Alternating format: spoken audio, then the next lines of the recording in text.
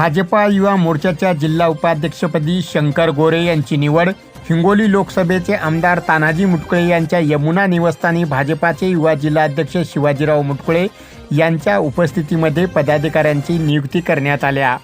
औंढा नागनाथ शहरातील कार्यकर्ते शंकर गोरे यांची भारतीय जनता पक्ष युवा उपजिल्हा प्रमुखपदी नियुक्ती करण्यात आली आहे.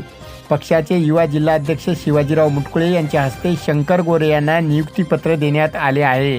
यावेळी हिंगोली विधानसभा भाजपाचे आमदार तानाजी मुटकुळे, जिल्हाध्यक्ष गजाननराव घुगे, माजी आमदार प्रज्ञाताई सातव, माजी आमदार रामराव वरकुते, किसान मोर्चा प्रदेश उपाध्यक्ष सुरजीतसिंह ठाकूर, शिक्षण सभापती पांडुरंग पाटील, शरद पाटील, सर्जेराव दिंडे, सखाराम इंगळे, विलास काळे, ॲडव्होकेट यशस कदम, ॲडव्होकेट गणेश ठाकूर, विलास काळे यांनी निवडीनंतर अभिनंदन केले.